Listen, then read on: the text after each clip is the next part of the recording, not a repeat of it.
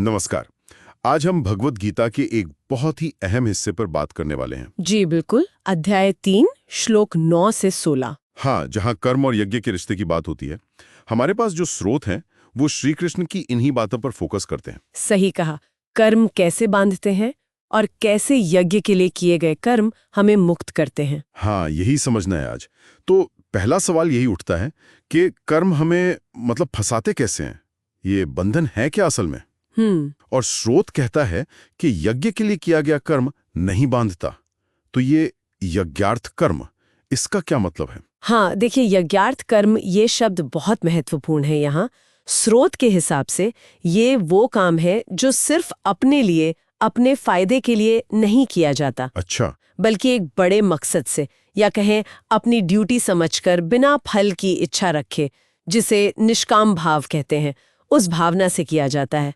निष्काम भाव। हाँ, अब आपने पूछा कि बाकी कर्म क्यों बांधते, तो होता ये है कि जब हम कर्म के नतीजे से जुड़ जाते हैं, मतलब मुझे ये मिलना चाहिए वाली इच्छा रखते हैं ना, हाँ हाँ, बिल्कुल, उम्मीदें। बस वही जुड़ाव, वही उम्मीद हमें कर्म और उसके अच्छे बुरे फल के चक्कर में फंसा देती है। अच्छा।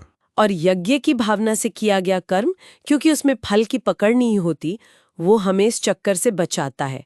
कर्म करते हुए भी कर्तापन का भाव नहीं आता। ये दिलचस्प है।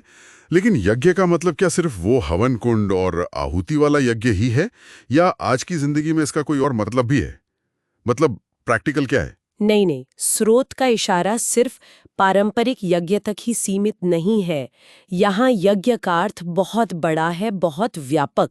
अच्छा। जैसे कोई भी काम जो आप बिना स्वार्थ के दूसरों की भलाई के लिए या बस अपना फर्ज समझकर करते हैं, वो यज्ञ बन सकता है। कि वो जी। अनासक्ति वाली बात, डिटैचमेंट, वो कैसे मुक्त करती है? देखिए, अनासक्ति या डिटैचमेंट हमें अहम जो उम्मीदों और निराशाओं का झूला होता है ना, अच्छा। उससे बचाती है। हाँ, इमोशनल रोलर कोस्टर जिसे कहते हैं। बिल्कुल। जब हम फल से जुड़े नहीं होते, तो नतीजा चाहे कुछ भी आए, हमारे मन पर उसका उतना गहरा असर नहीं होता। मन शांत रहता है। और यही जो मन की शांति है, संभाव है, असल में वही मुक्ति की तरफ पहला कदम है। फल से बंधना ही तो एक तरह का दिमागी बंधन है ना? हाँ, ये बात तो समझ में आई। स्रोत में एक और बड़ी फैसिनेटिंग चीज है, वो जीवन चक्र वाली बात। हाँ, वो श्लोक 14-15। अन्न से प्राणी जीते हैं, अन्न वर्षा से, वर्षा यज्ञ से और यज्ञ कर्म से। इसमें जैसे पूरी सृष्टि का सिस्टम समझाया गया है। बिल्कुल सही। और ये सिर्फ कोई फिजिकल साइकिल नहीं है, ये एक नैतिक और आध्यात्मिक व्यवस्था भी दिखाता है। अच्छा, वो कैसे? स्रोत कहता है कि जब इंसान यज्ञार्थ कर्म करता है, मतलब अपने निस्वार्थ कर्तव्य निभाता है, तो वो असल में सृष्टि के बैलेंस में अपना योगदान दे रहा होता है। सृष्टि का संतुलन। हाँ, उसी संतुलन से प्रकृति ठीक चलती है। जैसे समय पर बारिश होना, बारिश से अन्न होता है और अन्न से जीवन चलता है। और यज्ञ कर्म से होता है। और यज्ञ होता है कर्म से, मतलब हमारे सही कर्मों से। स्रोत आगे ये भी कहता है कि कर्म की उत्पत्ति ब्रह्म यानी परम सत्य से हुई है और ब्रह्म अविनाशी है। तो एक तरह से सही ढंग से किया गया कर्म हमें सीधा सृष्टि के सोर्स से जोड़ता है। ये एक पवित्र ड्यूटी है। श्लोक 11-12 में देवताओं और मनुष्यों के बीच लेन देन की भी बात है, यज्ञ के हवाले से। क्या वो भी इसी चक्र से जुड़ा है? हाँ बिल्कुल। स्रोत कहता है कि यज्ञ से मनुष्य देवताओं को पोषित करते हैं। यहाँ देवता मतलब प्रकृति की शक्तियां या कॉस्मिक लॉज समझ सकते हैं। अच्छा। और बदले में देवता मनुष्यों की जरूरतें पूरी करते हैं, जैसे वर्षा देना। ये एक आपसी निर्भरता है।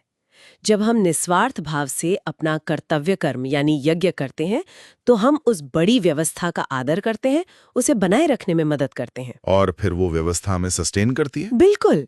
इससे ये पता चलता है कि हमारा हर सही काम सिर्फ हमारे लिए नहीं, बल्कि पूरी सृष्टि के लिए मायने रखता है। तो इसका मतलब ये हुआ कि भाई कर्म करना तो जरूरी है, जैसा स्रोत भी कहता है कि कोई एक पल भी बिना कर्म किए रह नहीं सकता। हाँ, कर्म तो करना ही पड़ेगा। हाँ, लेकिन वो कर्म बंधन बनेगा या मुक्ति देगा, ये इस पर निर्भर करता है कि उसके पीछे भावना क्या है।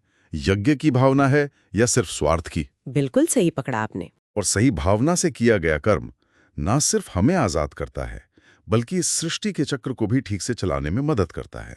आपने एकदम सार बता दिया स्रोत का। स्रोत का निचोड़ यही है, कर्म से भागना कोई हल नहीं है, बल्कि कर्म को सही नजरिए से, सही भावना से करना, वही रास्ता है। यज्ञार्थ कर्म।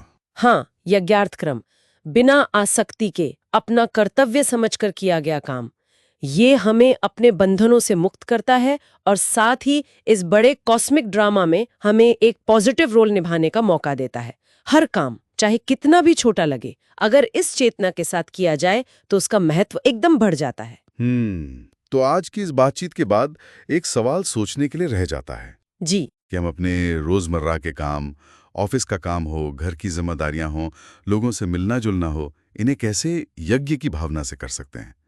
कैसे इन्हें सिर्फ अपनी जरूरतें पूरी करने से ऊपर उठाकर एक बड़े मकसद का, एक कर्तव्य का हिस्सा बना सकते हैं, ताकि वो हमें बांधे नहीं बल्कि हमारी मुक्ति में और इस सृष्टि के संतुलन में सहायक हों? बहुत गहरा सवाल है और इसका जवाब शायद हर किसी को अपने अंदर ही खोजना होगा।